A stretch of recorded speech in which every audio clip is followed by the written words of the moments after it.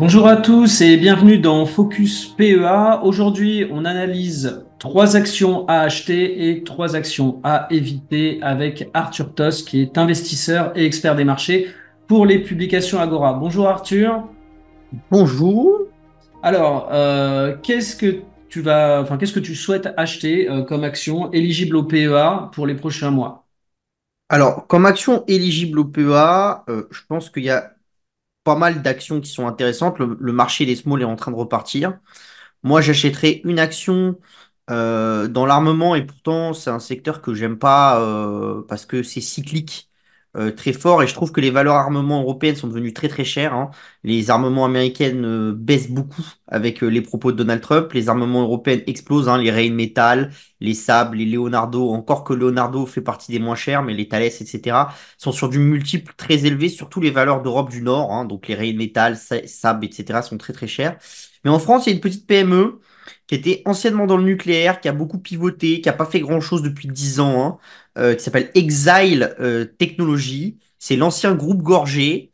Voilà. C'est une boîte qui a quand même. Enfin, trop de gens le voient négativement, mais entre-temps, ça a quand même détaché Prodways, qui à l'époque valait 7 euros, etc. Donc, toujours la même chose, faites attention, parce que quand il y a ces mécanos en bourse, après coup, vous voyez, et vous voyez une trajectoire flat de l'action, par exemple, ou même descendante de l'action. Mais attention, réincorporer toujours les dividendes et réincorporer surtout, parce qu'encore les dividendes, bon, voilà, mais réincorporer surtout les spin-offs des sociétés. Parce que si vous avez acheté une société il y a 10 ans, mais qu'entre-temps, c'est devenu 5 sociétés différentes, si vous regardez qu'un bout de la société, enfin, vous évaluez deux choses qui sont complètement différentes. D'accord? Hmm. C'est un peu comme si vous aviez un appart, vous l'avez cassé en quatre apparts, et puis après, vous comparez le prix de l'appart dans sa totalité au début avec le prix d'un des studios que vous avez fait dans un appart. Enfin voilà, ça n'a pas de sens. D'accord? Donc Exile, pourquoi c'est intéressant?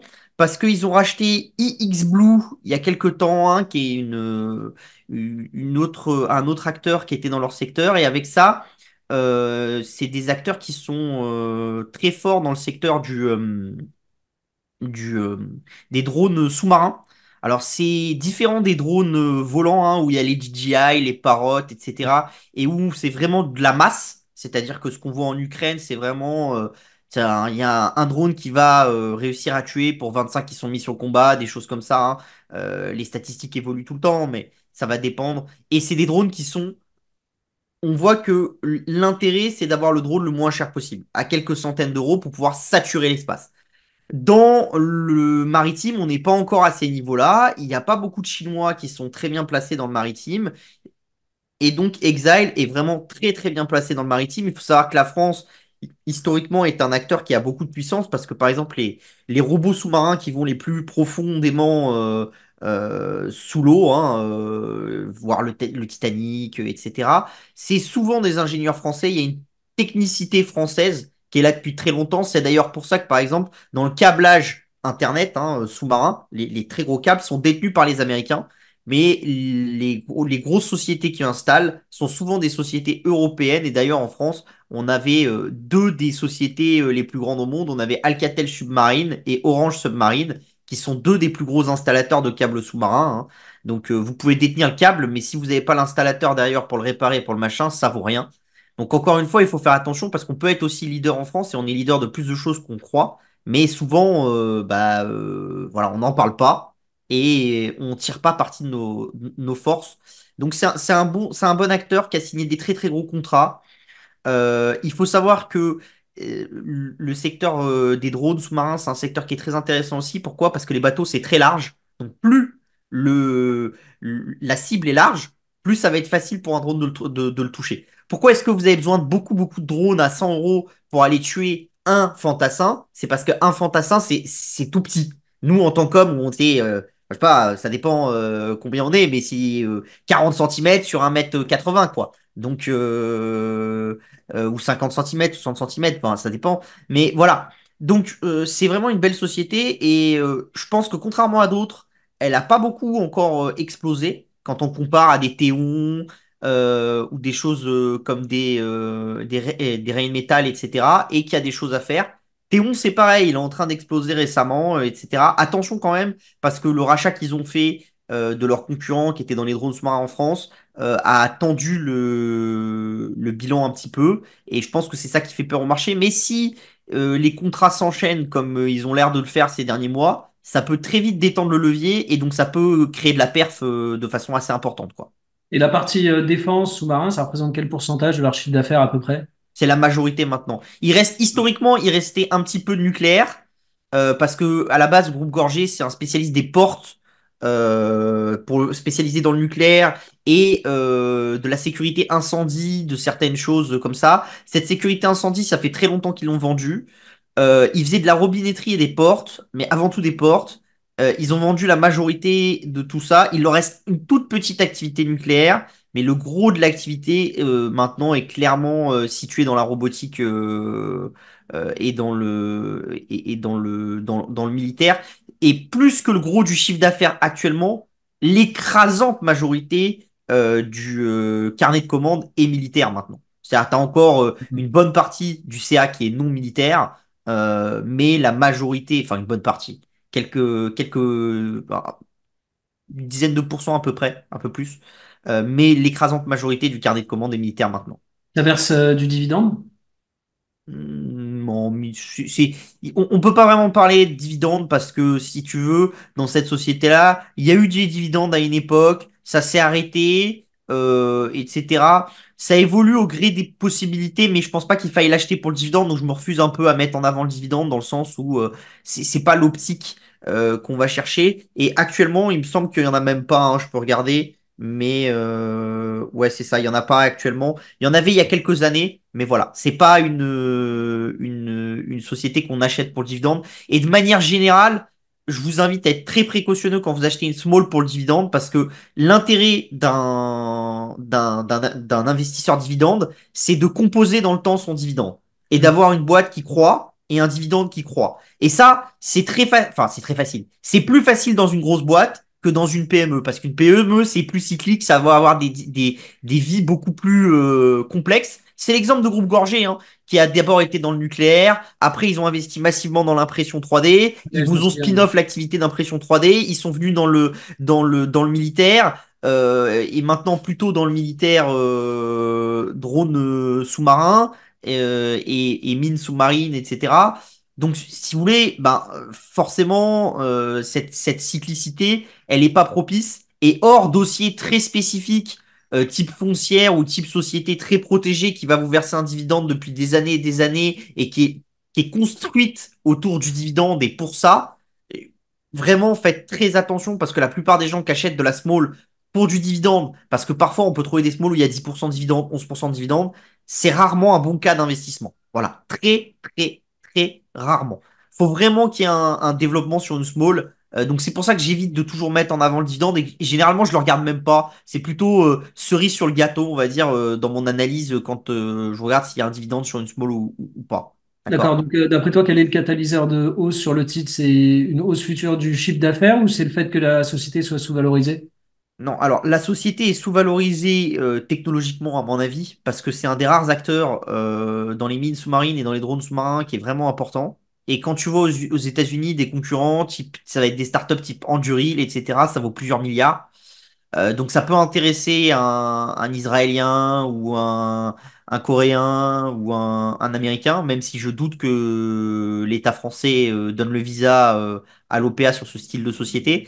Mais ça peut spéculer, d'accord, là-dessus. Par contre, ce qui est vrai, c'est que la VE actuellement, elle est composée en grande majorité de dettes. Donc en fait, bah, tout ce qui va être remboursé en dette, bah, pour que la VE reste pareil, il va falloir que ça se retrouve en cours de bourse. Donc voilà, et en termes de multiples, c'est pas très élevé versus concurrents, hein. Parce que comme je le dis, des Rheinmetall, etc., maintenant sont sur des multiples qui sont à 30 et plus, hein, parfois. Alors ça évolue très vite parce que ça dépend des résultats et tout ça.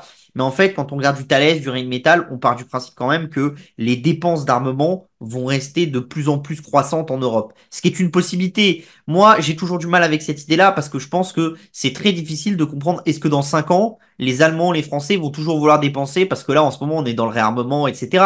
Mais quand va arriver des nouveaux politiques, la variable d'ajustement, c'est souvent les militaires parce que ils font pas grève, ils cassent pas trop les pieds, etc. Donc si demain, imaginons, je sais pas pour quelle raison, mais enfin dans 2-3 ans, enfin dans 2 ans, là, Trump il perd les midterms, C'est bloqué aux États-Unis. Globalement, les démocrates font pression sur Trump pour qu'il revienne un peu en Europe avec l'OTAN, etc. Enfin, c'est clair que le politique allemand, la première des choses qu'il fera, c'est full dépenses sociales, j'enlève tout ce que j'avais prévu dans le militaire, et on peut revenir un peu à la situation d'avant. Alors, je reste convaincu que les boîtes militaires européennes vont passer un cap avec les dépenses qu'il y a maintenant. Après, est-ce que ce cap-là va continuer et qu'on va avoir des hausses de chiffre d'affaires de 20-30% par an pendant 10 ans d'affilée parce qu'on va faire un surinvestissement considérable? Je suis pas convaincu. Voilà. Sachant Alors, qu'il faut quand même après, investir aussi. ouais, après, il y a des discussions là en ce moment, on le voit dans l'actu au sein de l'Europe concernant la défense de l'Europe, le désengagement potentiel futur des États-Unis. Donc, c'est pas impossible qu'il y ait des investissements significatifs Oui, futurs mais sur. en cas d'investissement significatif, je pense qu'à l'heure actuelle, vu la valorisation, il vaut mieux détenir des petites boîtes, soit de type Theon, qui est une boîte à Amsterdam, qui fait des lunettes thermiques, etc., et qui travaille avec une boîte française qui s'appelle Exosense, mais je pense qu'il vaut mieux avoir du Theon que du Exosense, parce que Theon peut se passer de Exosense, et Exosense, le gros du chiffre d'affaires, est fait avec Theon, ou du groupe Gorgé, etc., parce qu'il y a quelques mois enfin quelques années, il aurait mieux fallu faire du sable, du Leonardo, des choses comme ça, des choses plus grosses, parce que le risque était moins gros que sur ces small. Maintenant, je pense que la valo a été tellement tendue sur les grosses caps. Faut savoir que Rheinmetall en Allemagne, c'est quand même x10 en 2 ans, hein. Hmm. Donc, Alors, deux dernières questions. Quelle est la capitalisation boursière à peu près de la boîte? euh, de, euh, Groupe Gorgé. de groupe Gorgé, enfin de Excel maintenant, c'est à peu près 440 millions D'accord. en capi et tu as en dette à peu près la moitié de la capi qui est de la dette. D'accord. Et le potentiel de progression du titre en pourcentage à horizon 24 mois? Bah là, ils viennent de signer un contrat de 100 millions. Donc sur une capi à 440, ça te montre un peu, Ouais. ça va vite. S'ils en signent d'autres, et s'il y avait une vraie amélioration du cash flow avec un remboursement de la dette, un doublement et pas abusif. Et on pourrait rester sur des multiples qui sont tout à fait intéressants parce qu'encore une fois, une partie du multiple serait repris par la croissance et une partie du multiple serait pris par l'abaissement du côté dette dans la VE de la société. Donc, je rappelle, la VE de la société, c'est on prend le capital total, donc toutes les actions et leur prix, et on ajoute la dette moins le cash. Hmm. D'accord? Toute la dette moins le cash. On peut ajouter le quasi-cash, les stocks, etc. Faites attention, on ne traite pas les stocks et le quasi-cash, c'est-à-dire tout ce qui va être les créances clients, etc. De la même manière, si vous avez un casino, si vous avez un Exail ou si vous avez un éditeur de logiciel. Pourquoi? Parce que là, sur un acteur comme Exail, la majorité du quasi-cash va être des créances clients. Créances clients, c'est que des états quasiment. Donc vous allez être payé. Ça peut mettre du temps, mais vous allez être payé. Alors que par exemple, si je prends un exemple d'un acteur, qu'est-ce que je pourrais prendre comme exemple? Ben, un Leroy Merlin ou un truc comme ça, bah, vos clients, ça peut être des particuliers ou des entrepreneurs qui ont une petite entreprise de BTP qui peuvent faire faillite et qui vont pas vous payer. Vous voyez? Donc le risque est différent. Donc dans l'analyse du côté cash du bilan, faites toujours attention de bien retraiter les choses. Et pareil, c'est pas la même chose si on a des stocks chez un ASML ou chez un Excel qui sont très technologiques et si vous avez des stocks chez Casino qui sont des denrées périssables. Vous les valorisez pas de la même manière. Donc Ok, voilà, donc je pense qu'un doublement, c'est possible si la dette est travaillée un petit peu et que, très bien. il continue à signer des contrats. Et dans la marine, c'est vraiment un secteur dans lequel il y a énormément à faire. D'accord. Allez, passons à la seconde recommandation. Alors, en seconde reco, moi, je pense que il devient intéressant de faire des ESN françaises, voilà, mais que certaines ESN, d'accord? Donc, du Neuronest, par exemple, ou du Sword, qui sont des sociétés de qualité. Je pense que ces deux-là, c'est le top de la pile. Un petit peu Wavestone aussi, mais attention, Wavestone, c'est plus du conseil. Et c'est un peu différent des ESN traditionnels. On le mettrait plus dans la case des Big Four type BCG, PricewaterhouseCoopers, etc. Mais vraiment plutôt que dans la partie tech, hein, en enlevant la partie compta, la partie juridique, etc. Mais ça, il faut faire un petit peu attention. Les coûts sont quand même plus élevés. Mais Neuronest, c'est le haut du panier. Il y a beaucoup, beaucoup de cash chez Neuronest. Pareil chez Sword, c'est haut du panier. Il y a une belle croissance. Donc franchement, c'est des très, très, très jolies sociétés. Et c'est des choses qui sont assez intéressantes et qui sont sur des multiples de valorisation. C'est les moins chers historiques. Globalement, dans les ESN, même les grosses ESN, hein, quand tu prends du Alten ou du Altran, tu traces levé sur EBIT, on est quasiment au plus bas. Alors, on a fait plus bas ces 10 dernières années. En gros, le plus bas qu'on a fait, c'est la période 2008-2013. En gros, hein, donc la crise des subprimes où en fait on a fait un point bas vraiment en 2009-2010 et on a refait un point bas en 2013-2012, là quand on a eu la crise des dettes grecques, etc. Mais le bilan était pas du tout la même chose et les boîtes étaient moins solides.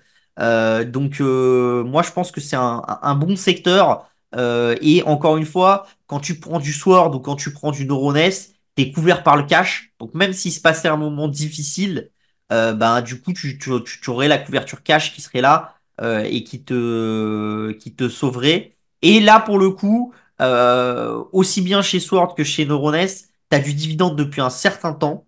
Alors, il oscille un petit peu, hein, il n'est pas totalement croissant, mais la valeur cash fait que le dividende va être là et va rester. C'est un marché qui est pas trop cyclique. La seule chose sur laquelle il faut faire attention, c'est Sword, parce que Sword, le PDG Motard, c'est un ingénieur de la finance complexe, hein, il a des filiales en Suisse, etc. Il fait des choses un peu compliquées. Et depuis quelque temps, il y a une rumeur qui circule comme quoi il veut faire un très gros coup et acheter une très grosse boîte et qu'il est prêt à lever des fonds. Problème, c'est que Sword, ça s'est effondré en bourse. Donc s'il faisait une augmentation de capital maintenant, ce serait vraiment pas le bon moment. Après, historiquement, ça a toujours été un très très bon allocateur de capital. Donc je le vois pas lever 150 millions maintenant pour ça. Mais faites attention quand même parce qu'il y a un aspect psychologique, il est à la fin de sa carrière. Donc peut-être qu'il peut aussi vouloir se dire, je fais un dernier gros méga coup qui va me Mhm. donner une importance parce que historiquement, il avait une ESN en France qu'il a vendue parce qu'il voulait plus travailler en France, avec le droit du travail, le travail français trop compliqué. Mais il n'est pas aussi grand que d'autres concurrents qui ont créé des ESN et qui ont grossi, comme on l'a vu bah, chez Alten, chez Altran, chez Soprasteria, etc. Par contre, il fait plus du logiciel. Donc pour moi aussi, il y a quelque chose qui est un peu mal vu, c'est que on voit encore Sword comme un acteur beaucoup du conseil. Or, en fait, beaucoup de ce qu'ils font, c'est du logiciel couplé à du conseil. Et pour moi, ils méritent une partie de valorisation de ce qu'on obtient dans le logiciel, même si c'est pas non plus du SaaS pur comme les Esker ou SideTrade que j'affectionne depuis des années, par exemple. Donc, à l'instant T, quel ESN tu recommandes s'il Bah, fallait choisir? Neuronest, pour moi, c'est le mieux. En termes de risk-reward, le risque est très faible. La reward, c'est pas la meilleure, hein. C'est-à-dire que si on va sur des e-tailing ou des choses comme ça, il y a plus de reward. Mais je pense que vu l'environnement politique français, etc., Neuronest, c'est le mieux. Et pour un bon père de famille, c'est une bonne valeur à mettre en fond de portefeuille pour très longtemps. Et pour ceux qui veulent plus jouer un peu plus sur la recovery et sur le secteur informatique, sur l'IA, etc., parce que Sword veut se développer là-dessus, eh ben, on peut jouer Sword. C'est un peu plus agressif que Neuronest. Ok, bon, on va rester sur Neuronest. Capitalisation boursière à peu près? De Neuronest, Oui. alors, c'est à peu près un peu plus de 400 millions de mémoire. Alors, attention. Ouais, c'est ça. C'est 1,1 milliard sur Neuronest et tu as quasiment 40% qui est du cash. Voilà, Très bien. à peu près. Donc Et, c'est une grosse ESN, mais la partie cash est pas bien valorisée par le marché qui lui met une décote. ok. Et potentiel de progression à horizon 2 ans? À horizon 2 ans, on peut faire 25-30%. D'accord. Voilà. Si le marché repart un peu sur le conseil, qu'ils arrivent à packager des offres dans l'IA, etc., c'est une boîte qui peut faire 25-30. Ça fera pas des fois deux, ça c'est clair, hein, sauf vraiment spéculation. Après, voilà, c'est aussi une boîte où le capitaine il est âgé. Donc dans les ESN, il y a eu beaucoup de mouvements. On l'a vu récemment avec l'OPA sur UTI Group ou sur une autre société qui s'appelle Micropole. Mais effectivement, c'est quelque chose qui est possible, mais je pense qu'il faut pas le jouer. Encore une fois, c'est comme Ouais. tout à l'heure, je disais chez Exale, s'il y a un dividende qui revient, c'est un peu la cerise sur le gâteau. Bon, bah là, c'est la même chose. Si vous avez une OPA, c'est un peu la cerise sur le gâteau, quoi. Ouais, bon, on l'achète pas pour une OPA, ouais. Mm. Non, on l'achète pour le mettre en fond de portefeuille, jouer les secteurs informatiques avec une des moins risquées de la cote. Voilà, on va pas faire des taux de rendement annualisés dingues, mais on peut largement faire, on va dire, au-dessus de 5, ouais, même plutôt 6-7% à mon avis, on peut le faire par an, et on n'a pas le risque de ce que tu aurais si tu achètes une obligation qui va t'offrir du 6-7% ou des choses comme ça. Voilà. Et en étant dans un secteur qui tendanciellement reste porteur. Ok, bon, on va passer à la troisième reco. En troisième reco, je pense qu'il y a un acteur qui est intéressant qui s'appelle Mint Energy. Nous, on en a depuis longtemps. Ça progresse récemment plutôt pas mal. C'est une toute petite valeur, donc ça, faut faire attention. C'est une valeur qui a été boudée parce que quand il y a eu la hausse des prix, ils se sont fait un Ouais. peu déchirer par la hausse des prix comme tous les acteurs. Ils ont quand même fait beaucoup de cash. Ce qui a fait beaucoup peur au marché, c'est que le marché pensait qu'ils allaient prendre une grosse amende du Cordis, hein, qui est l'organe un peu qui régit le secteur, parce que, entre guillemets, ils ont revendu de l'arénage sur le marché sans la fournir aux clients. C'est pas prévu dans les textes, donc on devait normalement leur mettre une amende. Le concurrent qui a fait pareil qu'eux, il s'appelle Homme, et il a pris une amende de 9 millions d'euros. Eux, ils ont toujours pas pris d'amende, mais la vérité, c'est que c'est un peu compliqué comme cas, c'est plus compliqué que Homme, parce que Homme, ils ont acquis des clients, d'accord, en début d'exercice 2021, massivement, et en fait, ils ont essayé de les faire partir en fin d'exercice 2021. Mais c'était une décision propre. Alors que chez Mint, c'est un peu plus compliqué, parce que Mint, en fait, avait posé une offre pour reprendre en justice un acteur qui s'appelle Planet Oui. Donc, ils ont récupéré aussi leur Arenash. Et après, il y a eu la guerre en Ukraine. Bah, une semaine après leur offre en justice, les prix ont explosé. Et en fait, tout de suite, ils ont voulu faire partir du monde. Donc, ils ont augmenté très rapidement les prix. Et en fait, ils se sont retrouvés avec l'arénage qu'ils avaient demandé pour leur base client, qui déjà bah, avait baissé à cause de ça, plus l'arénage de la base client Planète Oui. Et je pense que s'ils n'ont pas pris d'amende encore, alors il y a ceux qui disent que c'est parce qu'ils vont en prendre une plus salée, que ça va être plus catastrophique pour eux, parce qu'ils sont moins bien comportés, etc. Ça, c'est le côté un peu sombre de l'histoire. Et il y a ceux comme moi qui pensent que c'est plutôt dû au fait que le Cordis a plus de mal à évaluer la situation et globalement, ils vont pas prendre une amende.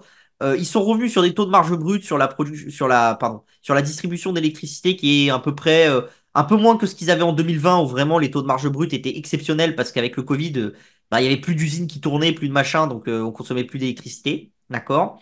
Donc voilà. C'est Ils ont quoi? lancé le B2B et surtout c'est une société qui vaut quasiment son cash. D'accord. Et c'est quoi ce problème enfin, d'attaque en justice? C'est le fait qu'un fournisseur d'énergie n'a pas le droit de revendre de l'énergie qu'il a acheté sur le marché. Enfin, il peut le revendre à des clients, mais il peut pas spéculer dessus. Alors en fait c'est pas tout à fait ça, c'est qu'en fait tu as eu des compléments d'arénage à ta base, d'accord? En plus de ton arénage et normalement ton arénage il est conclu, euh, tu le demandes sur l'année N0 pour ta prévision du nombre de clients que tu vas avoir en N+1. Ouais, Sauf qu'en fait, bah, quand Mint a pris l'arénage de Planet Oui, bah, il a pris ce que Planet Oui avait demandé avant son redressement judiciaire et avant sa liquidation judiciaire. D'accord? Euh, et lui, il a fait sa demande d'arénage, comme tout le monde, avant qu'il y ait la guerre en Ukraine et avant qu'il y ait l'explosion des cours de l'électricité. Donc c'était historiquement EDF perdait beaucoup de clients au profit des alternatifs. Donc mm, les alternatives demandaient une part d'arénage qui était beaucoup plus élevée. D'accord? Et donc, du coup, ils se sont retrouvés à avoir beaucoup trop d'arénage. Et globalement, il n'y a pas de mécanisme de rendu d'arénage, de d'accord. rééquilibrage. Donc, en fait, ils se sont retrouvés à vendre bah, cet arénage qu'ils avaient en surplus sur le marché. Mais en fait, ils sont un peu contraints et forcés. Ouais, Hein, parce qu'une fois que tu as de l'électricité, tu dois la payer à EDF. Donc, en fait, si tu la vends pas, bah, entre guillemets, tu payes à EDF, tu la vends à personne, c'est pas possible. Donc, en fait, bah, tu la payes à EDF, tu vas pas, tes clients vont pas l'utiliser, donc pour que le réseau soit équilibré, tu la revends sur le réseau à quelqu'un d'autre qui va l'utiliser à ta place. Et à ce moment-là, tu peux créer effectivement le delta entre le prix de l'arénage auquel tu l'achètes à EDF et le prix de marché auquel tu le vends. C'est une opération de trading. Historiquement, l'État n'avait jamais mis de limite à ça. Pourquoi? Parce qu'en fait, globalement, le mécanisme d'arénage, la plupart des gens le comprennent pas bien et c'est pour ça que la plupart des gens le critiquent, d'accord? Mais le mécanisme d'arénage, c'est censé diminuer la volatilité du prix pour le grand public, même chez les alternatifs. Pourquoi? Parce qu'en fait, tu vends à un prix X, d'accord? Et parfois, le prix de l'énergie de marché va être en dessous de X, et parfois, il va être au-dessus de X. Mais tu dis que sur, en gros, entre 20 et 35-40% de la consommation d'un particulier, le fournisseur alternatif peut se couvrir en achetant de l'énergie à un prix convenu à l'avance chez EDF. Donc c'est un peu comme si tu achetais une couverture à la banque, sauf que là, celui qui t'offre la couverture, c'est EDF. Attention, parce que tous ceux qui disent que EDF a perdu beaucoup d'argent en 2022-2023 avec ses couvertures RNH, oublient de dire qu'en 2020, EDF se portait très très mal, mais avait réussi à gagner beaucoup d'argent. Pourquoi? Parce que des acteurs comme Total ou des acteurs comme Equateur ou en partie des acteurs comme Mint, ben, ils étaient contraints d'acheter de l'arénage à 40 alors que les prix de marché ils étaient descendus à 20. Parce qu'une fois que tu as demandé ton taux d'arénage, tu peux plus revenir 6 mois plus tard et dire finalement je le prends pas. Sauf à te mettre en liquidation judiciaire. Et globalement, il y avait eu un combat avec EDF et Total et Équateur qui avait fait jouer la clause qui dit que c'est une clause exceptionnelle. Hein. Tu sais, dans les affaires, il y a souvent cette clause dite Ouais. exceptionnelle, c'est-à-dire on a créé un environnement juridique, mais on invoque une clause qui est dite exceptionnelle, qui prévoit de dire que si l'environnement a beaucoup trop changé, eh ben on peut intervenir pour ajuster les choses et sortir du contrat parce qu'on ne pouvait pas prévoir ce type de circonstances parce que c'était trop extrême. Et D'accord. en fait, EDF avait gagné contre les alternatifs. Et ça s'était passé au Conseil d'État après, en 2022-2023, même chose, EDF avait attaqué les alternatifs pour récupérer une partie de l'ARNH et ça n'avait pas marché. Donc si tu veux, euh, parfois ça sert à EDF, parfois ça dessert à EDF. Voilà. La vraie différence, c'est entre guillemets comme Warren Buffett dit, il faut jamais être short parce que quand tu es short, en fait, le gain potentiel, c'est maximum ça va à zéro. Alors que quand tu es boule, le gain potentiel, c'est maximum, ça va à l'infini. Donc en Du, fait, EDF se couvre entre, quand ils vendent de l'arénage, EDF se couvre si le prix de l'énergie est entre 0 et 42, alors que les alternatives se couvrent. Alors à l'époque, c'était 0,40, enfin c'était 42, mais maintenant c'est plus haut, hein, le prix de l'arénage. Et les alternatives se couvraient entre 42 et l'infini. Donc hmm. c'est sûr qu'en théorie purement statistique, c'est favorable aux alternatives parce que tu es couvert entre 42 plus l'infini.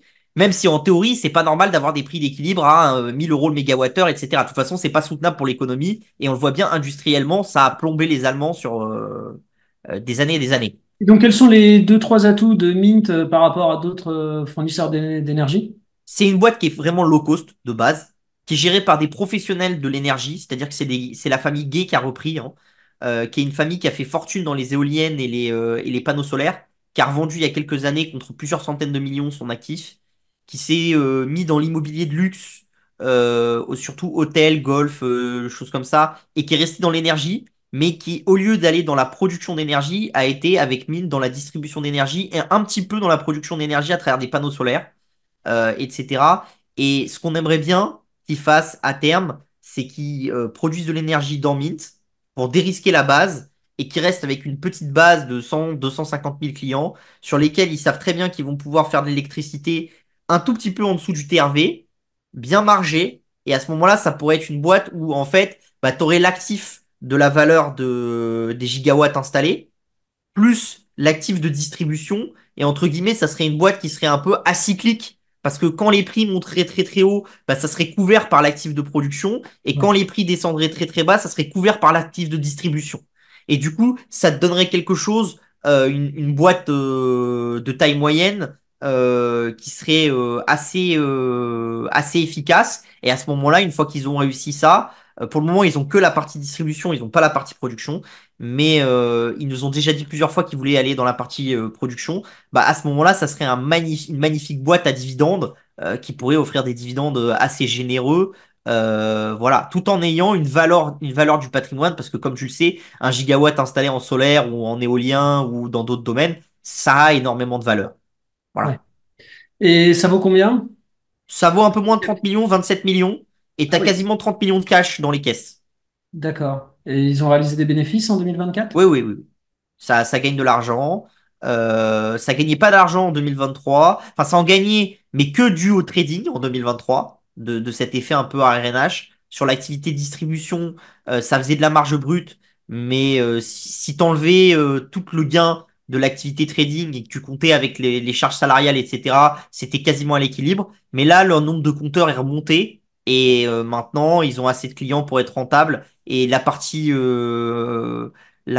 comment ça s'appelle, la partie B2B étant montée aussi, ça leur permet d'être plus rentable. Et l'avantage des clients B2B, c'est quand même que c'est des plus gros consommateurs. Donc tu vas mieux marger sur un client B2B. Et en plus, il y a quelque chose d'intéressant pour eux, c'est que l'État français veut appliquer le TRV aux petites entreprises. Donc ça leur offre aussi un nouveau marché. Et eux, historiquement, leur manière de faire, c'est un pur low coster, hein. Donc c'est-à-dire quand le TRV est élevé et que les prix de marché sont bas, c'est de transmettre très rapidement la baisse de prix avec des offres agressives pour aller capter des clients. Et dès que le prix de marché commence à monter un peu trop, bah, ils augmentent leur prix et les clients s'en vont et retournent au TRV chez EDF. Donc ça, Alors, c'est intéressant pour eux. hors période exceptionnelle, leurs tarifs, ils sont compétitifs, j'imagine, vis-à-vis de ceux proposés par EDF, mais en termes de pourcentage, Généralement, ils sont toujours aux alentours de 5% en dessous. Voilà, c'est l'objectif. Parce que c'est une boîte qui est plus petite, qui est moins complexe à gérer que DF, etc. Donc forcément, c'est plus facile. Mais c'est pour ça que je dis que il faut le voir comme une boîte qui va rester, à mon avis, entre 100 et 200 000 clients. Là, ils sont à 85 000 pour le B2C, hein. Mais il faut pas voir ça comme une boîte qui va aller chercher les 500 000 clients, le 1 million de clients, etc. Je pense qu'ils sont pas taillés pour ça, en fait. après, ouais, enfin, c'est un discount à peu près équivalent à ce que peut proposer des boîtes comme Total Energy. Donc, quel est leur avantage? Comment ils arrivent à capter de nouveaux clients? Parce qu'en fait, Stratégie marketing. en fait, sur le long terme, le discount, il va pas être beaucoup plus élevé que les autres. Il va être un tout petit peu plus élevé, quelques points, mais c'est pas, voilà. Par contre, dès que le prix va baisser, ils sont plus à même d'être agressifs que les autres. Ils sont plus agiles dans le pricing power, aussi bien à la hausse qu'à la baisse, en fait. D'accord. Donc, tu vas avoir une cyclicité, et c'est pour ça que ça serait bien d'avoir un actif de production, parce que ça leur permettrait, sur une certaine base installée de clients, d'être moins agiles sur leur pricing power, mais de dire, par exemple, on va garder ad vitam aeternam 100 000 clients, et bah, il y a des moments où on gagnera parce qu'on pourra avoir plus de clients et on fera notre beurre sur l'activité de distribution d'énergie. Et il y a des moments où on gagnera parce qu'on gagnera beaucoup d'argent sur l'activité production d'énergie, etc. Et ça leur permettrait d'avoir un socle qui leur permettrait de devenir. C'est pas acyclique parce que la boîte serait toujours cyclique. Le moment parfait pour eux, ça serait quand les prix de marché sont très très bas et qu'ils peuvent produire, enfin, qu'ils peuvent aller acquérir du client très très rapidement en offrant des tarifs à moins 30% par rapport au TRV d'EDF, etc. Mais après, ça, c'est cyclique. Et ton objectif, donc, à 2 ans sur le titre? Je pense que si le marché de l'électricité continue à avoir des prix en France qui diminuent, et globalement en France, tu as quand même le nucléaire, c'est pas le marché allemand, d'accord? Ça peut aller assez loin, sachant que c'est quand même intéressant. Pourquoi? Parce que le parc nucléaire français est un des parcs les plus sous-utilisés, hein, c'est-à-dire en termes de taux d'uptime, on appelle ça, hein, donc c'est-à-dire le temps dans l'année où tournent les réacteurs nucléaires, le parc français, c'est le moins utilisé du monde, quasiment, hein. Donc, c'est parce qu'on a beaucoup de sécurité, beaucoup de machin. Mais entre guillemets, si on voulait, on pourrait faire un choix de forcer EDF à améliorer l'uptime et donc de générer beaucoup plus d'électricité sur le réseau français. D'accord? Donc ça, c'est déjà assez intéressant. Et c'est une magnifique couverture à la crise économique parce que si tu as une crise économique, bah, tu as des industriels qui vont fermer des choses, des gros consommateurs. Et si ces gros consommateurs en Europe, bah, ils ferment, bah, en gros, tu vas avoir moins de consommation. Et autant en Allemagne, c'est à des possibilités de fermer parce que c'est des usines de charbon, des choses comme ça peut s'ouvrir et se fermer assez facilement et ça peut se mettre en pause. Autant le nucléaire français ne se met pas en pause. Donc tu vas avoir déjà bah, la partie renouvelable qui est par essence intermittente et qui fait qu'il y a des prix négatifs à certains moments dans le marché, ce qui est intéressant pour Mint, d'accord? Et en plus, cet aspect nucléaire qui fait que qu'EDF est toujours obligé de produire un minimum parce qu'il peut pas réellement arrêter ses centrales nucléaires et piloter le réseau à la baisse. Donc c'est une belle couverture aussi en cas de vraiment crise économique forte, parce que si on avait une très très forte, bah, le prix de l'électricité diminuerait fortement, et donc du coup on serait très éloigné du TRV, et il pourrait être très agressif pour passer cette baisse aux clients, et comme les gens auraient des problèmes de fin de mois, bah, ils seraient sensibles à cette baisse de prix. Donc c'est pour moi, dans mes portefeuilles, c'est aussi un moyen de me couvrir sur un scénario macroéconomique un peu catastrophe, on va dire. Voilà. D'accord. un scénario, on va dire, médian, ton objectif Oui. à deux Ah, ans. parce que oui. C'est sûr que si c'est la crise de 29, les gens vont plus payer leur électricité, donc ça va pas marcher. Mais si c'est une crise, on va dire une petite crise passagère, ou même une crise à la 2008, avec, tu vois, les gros acteurs comme Arcelor, etc., qui s'arrêtent, qui ferment les fourneaux et tout ça, ça peut t'amener l'électricité très très bas. C'est finalement ce qui s'est passé avec le Covid, hein. Avec le Covid, les industriels se sont arrêtés et on a vu que les prix de l'électricité en France se sont effondrés. Parce que quand tu arrêtes l'industrie, etc., tu arrêtes les gros consommateurs. Et donc, ça veut dire que l'énergie qui était consommée par ces gros consommateurs-là vont sur d'autres consommateurs, hein. Donc, Donc, je reviens sur la même forcément, question. Objectif 2 ans sur le titre? aux alentours des 10 euros, il y a eu l'OPA la dernière fois. Je pense que ça peut aller entre 7 et 10 euros, suivant le scénario. Mais à l'instant T, déjà, ça vaut plutôt aux alentours de, ouais, sans la news du Cordis, entre 5,50 et 7. Voilà. Et si le Cordis dit c'est 2-3 millions d'amendes ou c'est même zéro d'amende, ça vaudra facilement entre 7 et 8, voire un petit peu plus. Et si ça fait une belle croissance cette année, comme ils nous ont publié qu'ils allaient le faire, etc., ça vaudra sûrement les 10 qu'a payé Eoden quand ils sont rentrés enfin, quand ils ont fait l'OPA. Et le titre cote combien en ce moment? 4,70. Ok, ok, ok. Donc, dans un scénario ultra favorable, T'as un on, x2 à aller chercher. on peut viser 100% à horizon de 2 ans. Ouais, ouais, ouais. Voilà. Alors, point important pour tes trois recommandations, bon, bah, ce sont des small. Donc, faut passer des ordres à court limite, pas investir un trop gros montant, puisqu'il y a la notion de liquidité à prendre en compte. Ah oui, bah surtout sur Mint, t'as pas de Ouais, bah, liquidité. Et même sur Neuronest, c'est une valeur où c'est assez peu liquide. Bon, Exale, c'est plus simple parce qu'en ce moment, il y a un peu de volatilité dans les secteurs de l'armement. Mais faites comme attention, effectivement, hein, comme toutes les small, c'est un peu illiquide, donc il faut rentrer. Et il faut pas avoir besoin de son capital rapidement. C'est vraiment un placement pour 2-3 ans, dans une diversification de patrimoine, etc. Je vous invite toujours, si vous avez un petit patrimoine, à d'abord faire de la big caps pour solidifier un cœur de portefeuille, on va dire, de 50, 100 000 euros à minima. Et une fois que vous avez fait ça, après, vous pouvez vous amuser à aller sur des classes d'actifs qui sont un peu plus risquées en dessous, parce que, entre guillemets, vous aurez votre pyramide patrimoniale. Voilà, nous, souvent, chez Agora, on dit avant tout un peu d'or, de la big caps, et puis après, vous pouvez commencer à faire de la crypto, d'autres choses, et ça vient en dessous. Et il faut pas vouloir aller trop vite en besogne, sinon effectivement, bah, on peut se faire rattraper par la patrouille et ça peut mal finir, hein. ouais. Alors, Voilà. on va passer au second volet de ce format, des trois valeurs à éviter. Donc, je t'écoute pour la première. Donc moi, les valeurs à éviter, valeurs des satellites, d'accord, au global, mais surtout Eutelsat, qui a pas bien publié récemment, qui a beaucoup de dettes, l'amélioration du business peut-être vers 2030 avec la fin des capex sur certains de leurs nouveaux produits, etc. Mais il y a quand même beaucoup, beaucoup de dettes. Si vous voulez vraiment aller dans ce secteur-là, il faut privilégier un acteur comme SES, mais qui a des bornes, enfin, qui a des fréquences téléphoniques à revendre, possiblement pour créer du cash. Mais globalement, j'irai pas sur ce secteur-là parce que tu as Elon Musk. Donc la grande théorie, c'était que ces satellites en orbite moyenne et en orbite haute allaient pas se faire concurrencer par ces satellites en orbite basse. Hmm. Ça a pas l'air si clair que ça. C'est pas si simple. Alors c'est des batailles d'experts, hein. Je pense que voilà.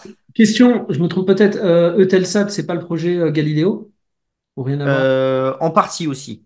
En D'accord. partie. Qui devait concurrencer GPS. Euh, Oui, oui, oui, en partie. ça, on est où ça?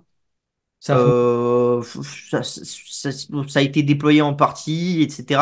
Mais ils n'ont pas si tu veux, ils n'ont pas l'exploitation de la technologie. L'exploitation de la technologie, c'est l'Europe, et eux, ils gèrent juste les satellites, hein. Donc c'est un petit peu différent. Tu peux pas voir ça comme le jour où ils le déploient, c'est une technologie qui leur appartient, qu'ils pourraient vendre à des voitures connectées, à des machins, dans le terme. C'est une technologie qui dépend de l'ESA en partie. Alors ils sont partie prenante.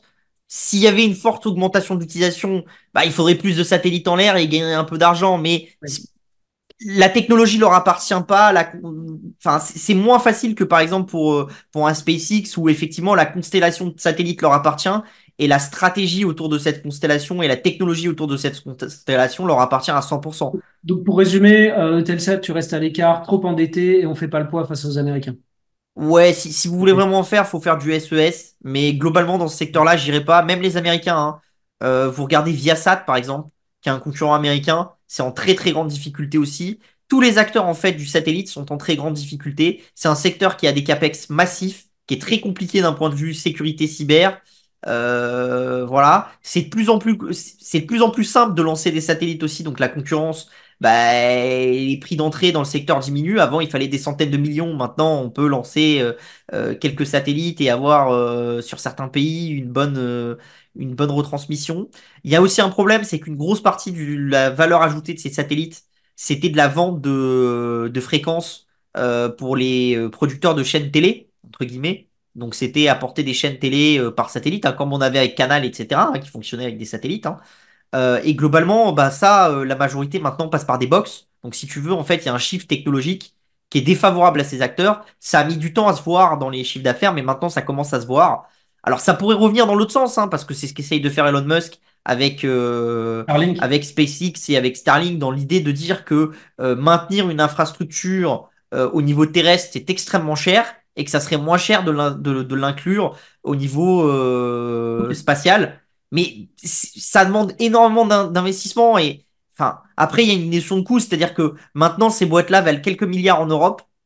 Starlink vaut plus de 100 milliards, donc enfin à SpaceX. Donc il suffit à SpaceX de se diluer de 10% pour lever 10 milliards et pouvoir investir à fond dans ce secteur-là, quand les autres c'est pas possible. La seule chose qui aurait un intérêt, c'est si les Européens, parce qu'il y a quatre acteurs du satellite en Europe, il me semble, ou trois, je me souviens plus peut-être, mais il y a un espagnol, il me semble, il y a SES et Eutelsat. Ça serait que les Européens se mettent à faire un mécano à la Airbus, c'est-à-dire que les États se mettent d'accord, qu'ils investissent dans toutes ces boîtes-là et qu'ils obligent la fusion et que ça fasse une masse et que cette masse-là te permette d'aller construire un concurrent à l'exploitation de satellites, à Starlink. Mais ça paraît compliqué. Et en Ouais. tant qu'investisseur, moi, je vous encourage jamais à aller jouer sur des mécanos où on pense que deux États, trois États, quatre États vont faire parce que globalement, pour une fois où ça se passe, il y a 99 fois où ça va pas se passer, quoi. Hein. Ouais, faut pas compter sur la volonté politique.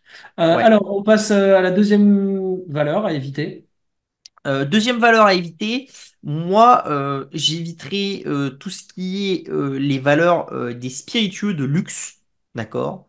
Donc les Rémy Cointreau, les TFF, les Oeneo et toutes les champagnes, etc. Pourquoi? Alors je vais vous expliquer pourquoi deux choses.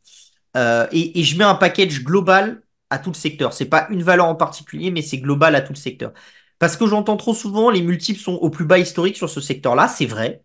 Ils ont rarement été aussi bas, mais il faut savoir que les bilans de ces sociétés-là, c'est avant tout du stock. Parce que votre champagne, vous le gardez un certain temps en stock. Voilà. Pour TFF, par exemple, qui n'est pas un producteur de boissons alcoolisées, mais qui est un acteur de la tonnellerie, donc en fait qui va permettre de mettre en tonneau et garder les alcools et les faire maturer, etc. C'est le même problème. Vous avez énormément de stock et la valeur est dans votre alcool. Sauf que le problème, c'est quelle est la capacité du marché à vous acheter à la valeur auquel vous avez mis vos stocks. Ça, Ouais. c'est très très compliqué. Les prix des alcools ont explosé, d'accord? D'autres problématiques aussi, c'est que le prix du terrain a explosé. On commence à voir, par exemple, dans le Bordelais, des Chinois qui vendent avec des très fortes décotes leurs vignes parce qu'ils sont venus, tout feu, tout flamme. Ils ont dit c'est génial, c'est un asset ad vitam aeternam. Il y a une phrase très connue, d'accord? C'est une phrase euh, de Steve Jobs qui disait à Bernard Arnault, Apple existera peut-être plus dans 50 ans, mais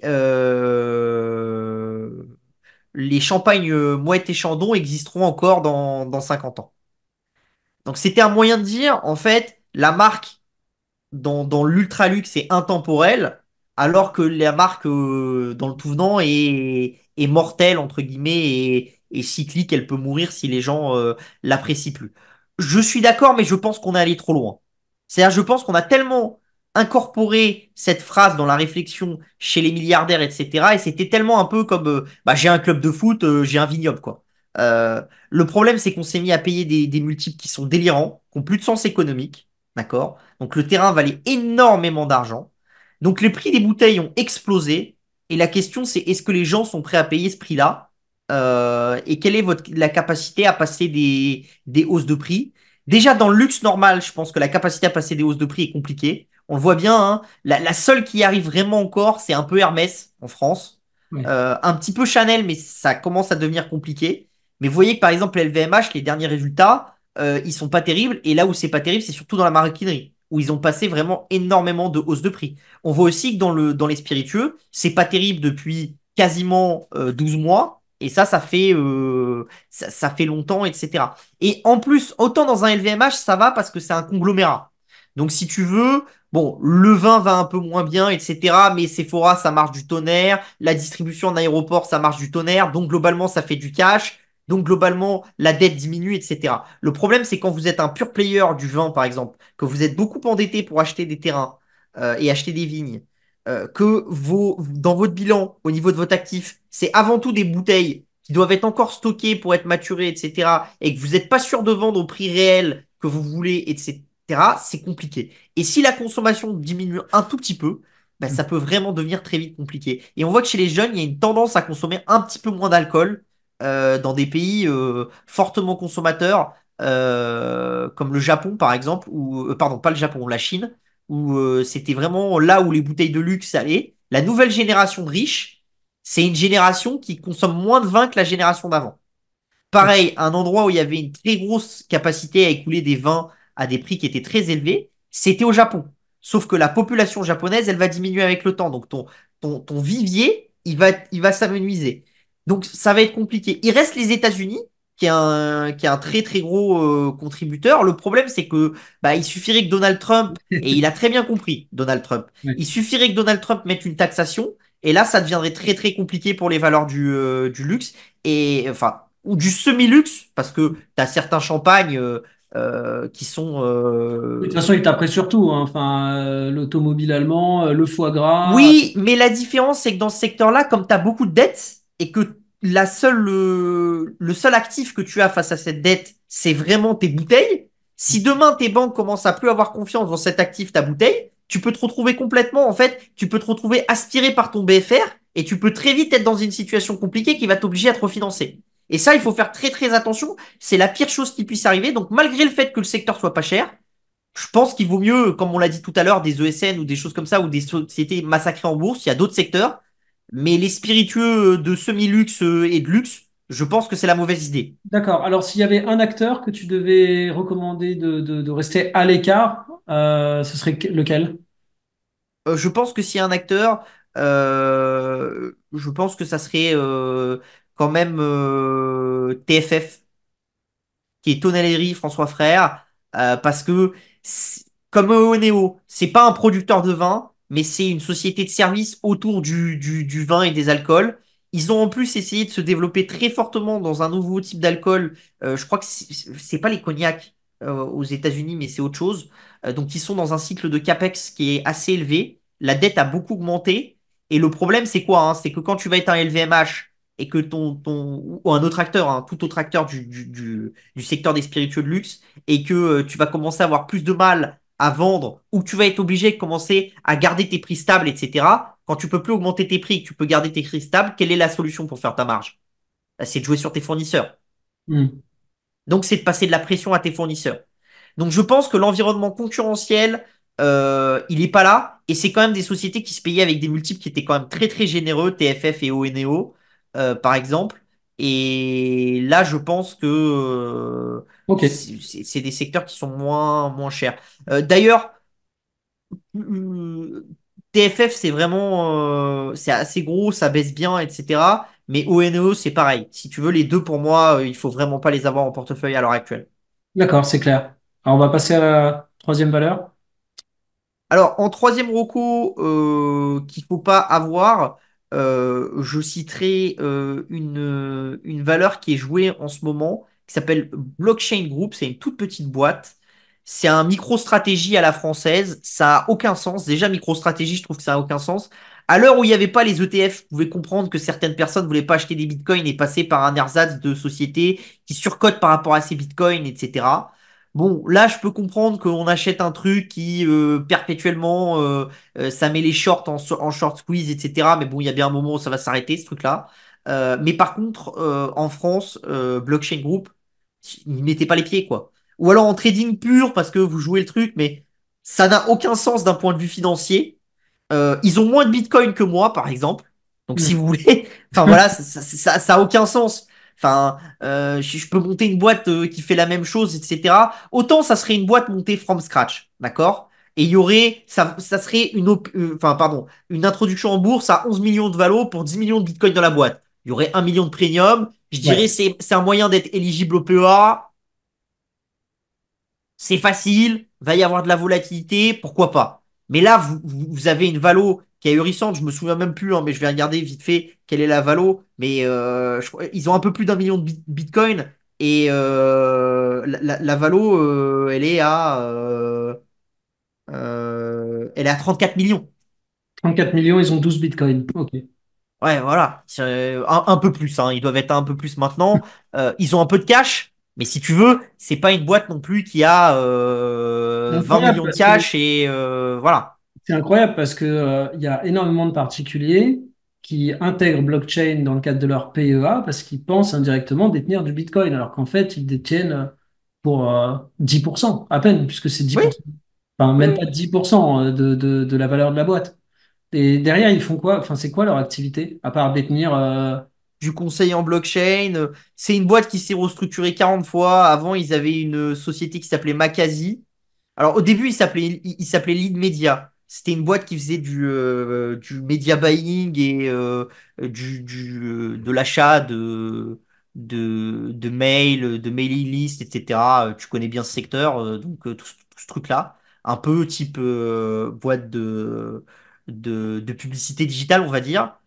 Après, ils sont partis sur une société un peu qui faisait des outils de comment ça s'appelle, de big data avec une boîte qui s'appelait Makazi. Et après, ils sont recyclés dans la blockchain avec Blockchain Group. Et à d'accord. chaque fois, ça n'a pas marché. Mais Ils c'est des sont magies.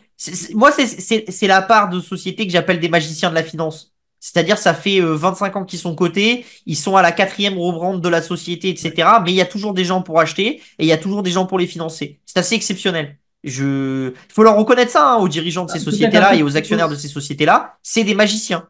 peut-être Il faudrait les mettre aux finances publiques, hein, parce qu'ils arriveraient à nous faire des trucs assez exceptionnels. bah ouais, non, mais peut-être qu'après, ils dépensent l'essentiel de leur énergie dans le marketing, c'est-à-dire Ah oui, dans oui. Bah, ils sont leur boîte, toujours dans comment ils la le, vendent, mais dedans, enfin, vraiment, enfin, c'est une coquille vide, quoi. coquille vide, c'est peut-être exagéré, mais la qualité de la société, elle n'est pas là. Et c'est des boîtes qui font souvent des OK, qui font souvent des AK, le nombre d'actions a explosé, etc. Et pour un investisseur de long terme, c'est pas intéressant. Encore une fois, pour un spéculateur et pour quelqu'un qui va jouer sur le graphique, peut-être, je ne Hmm. jugerai pas de ça, c'est pas mon domaine. Mais en tout cas, pour un investisseur qui cherche à rester quelques mois, quelques années, il y a très peu de chances de gagner de l'argent avec ces boîtes-là. Et tout le monde parle, commence à un peu parler de crypto, même si je pense que le bull run n'est pas parti encore actuellement. Mais franchement, je sais que c'est pauvre en Europe comme société qui vous propose une exposition aux crypto-monnaies et c'est dommage. Mais n'allez pas sur ces sociétés-là parce que c'est pas intéressant. Vaut mieux ne pas avoir d'exposition ou attendre qu'un ETF éligible CAC 40, enfin pardon, éligible Il y en a, PEA. il y en a, il y a un ETP qui a été lancé en Europe en collaboration avec le Nasdaq, donc à travers lequel on peut acheter du Bitcoin ou même Mais je un crois pas que panier. ça soit éligible PEA Mais encore. c'est pas éligible au PEA, c'est ça le Ouais, problème. voilà. Mais alors après, effectivement, quand on va chercher, oui, la carotte fiscale, quoi qu'il en coûte, et qu'on est prêt à acheter une boîte dont moins de 10% de la valeur, c'est du Bitcoin, enfin bon, c'est... Là, C'est on comme perd. tout. La France a un très gros problème, et les Français ont un très gros problème, c'est qu'ils ont tellement la haine de l'État qu'ils veulent tout faire pour payer moins d'impôts. Et des fois, ça devient tellement caricatural qu'en fait, ils achètent des actifs pourris parce que ça va leur permettre d'avoir un crédit d'impôt. Encore une Par fois, exemple, s'ils veulent c'est comme le acheter... dividende, ce que je disais au début. Le crédit d'impôt, ça doit toujours être la cerise sur le gâteau et ça doit pas être la carotte sur laquelle vous courez parce que sinon, c'est l'enfer. Et on a vu une génération d'investisseurs se faire complètement savonner par du Pinel ou des trucs comme ça. Et malheureusement, c'est pas que le Pinel est mauvais en soi, mais c'est que la plupart des gens ont acheté du Pinel pour acheter du Pinel. Si Hmm. vous achetez parce que l'emplacement il est bien, parce que la ville elle est cool, parce que le rendement locatif il va être bien, et qu'en plus vous avez du Pinel et que vous payez beaucoup d'impôts, c'est génial. Mais la plupart des gens, ils ont fait le service inverse en fait. Ils ont d'abord voulu acheter du Pinel et après ils ont regardé s'il y avait rendement locatif, puis après ils ont regardé si l'emplacement était bien, etc. Faut faire les choses dans le bon ordre quand on investit. Parce Sinon, qu'il on y se a- fait punir par les marchés. parce qu'il y avait beaucoup plus de demandes que d'offres et donc ils se sont retrouvés à investir dans des déserts locatifs type Grenoble. Et ils se sont rendus compte après coup que les biens, voilà, il y avait personne pour les louer. Mais effectivement, faut se méfier de la carotte fiscale. D'ailleurs, je rebondis là-dessus. En ce moment, bon, on parle beaucoup d'or, hein, qui a touché encore enfin, qui a dépassé un record au mois de février. La minière la plus commentée par les particuliers français, c'est Oplata. Et c'est toujours effectivement Oplata parce que c'est une société française éligible au PEA, Ouais. mais c'est complètement stupide d'acheter cette minière. Ça, Ah oui, pareil, oui. au Plata, on peut pas la recommander. Ah non, non, mais c'est une boîte merdique, on le sait. Les dirigeants, ils se sont fait condamner plusieurs fois par l'AMF, etc. Donc il faut pas aller là-dessus. Avant, tu avais du Euro Ressources, mais c'est sorti de la cote malheureusement. Et c'était une minière. Enfin, alors, c'était pas vraiment une minière Euro Ressources, hein. C'était une royalty compagnie. Donc ils avaient des droits dans des mines et ils touchaient des royalties et d'autres les exploitaient à leur place. Il y avait beaucoup de minières possibles avant avec l'Angleterre, mais avec le Brexit, bah, on a perdu les actions anglaises, donc ça c'est dommage. Et c'est vrai que depuis, il n'y a pas de place de cotation en Europe où il y a des minières. Il y a un petit peu l'Irlande parce que certaines viennent chercher la fiscalité avantageuse. Et je vous invite à toujours bien regarder la place irlandaise, d'accord, qui est pas mis en avant souvent chez vos brokers, mais qui vous permet souvent de vous exposer à des titres de très très bonne qualité. Et parfois ça vaut le coup. Typiquement, par exemple, si vous battez avec vos brokers, alors tous les brokers ne le proposent pas, mais certains le proposent. Vous pouvez acheter du PinDuo Duo, hein, donc ceux qui ont Temu et Shane, pardon, pas Shane, mais juste Temu. Et en fait, la société, elle a changé son siège social en Irlande. Et en fait, le droit européen et le droit français dit que quand une société a son siège social en Europe, bah, vous avez le droit de la détenir, quelle que soit sa place de cotation. D'accord? Donc généralement, bah, c'est avant tout des sociétés qui sont des sociétés cotées en Europe. Quelquefois, vous avez des sociétés cotées aux États-Unis. Moi, j'ai recommandé dans les lettres et on a fait des très très bons scores sur Spotify, par exemple, où c'est possible parce que Spotify est coté justement, son siège est non, en Finlande, je crois. Finlande ou Suède, je me souviens plus. C'est un des deux pays. Donc voilà. Donc faites quand même aller chercher parce qu'il y a des choses intéressantes. Typiquement dans les grandes valeurs, on parle pas souvent, mais Accenture. Le siège social est en Irlande et c'est beaucoup mieux et beaucoup plus gros de détenir du Accenture que de détenir du Capgemini, par exemple. Donc, Hmm. il y a moyen de faire. Alors après, des fois, ça coûte cher parce que, par exemple, chez Bourse Direct, ça peut vous coûter 0,50 ou 0,70 d'intervenir sur ces places. Si vous êtes un trader, ça n'a pas d'intérêt parce que vous faites manger votre perf par le machin. Mais si vous êtes un bon père de famille qui va garder plusieurs années les sociétés, ça peut devenir assez intéressant. D'aller acheter sur ces places de cotation-là les choses.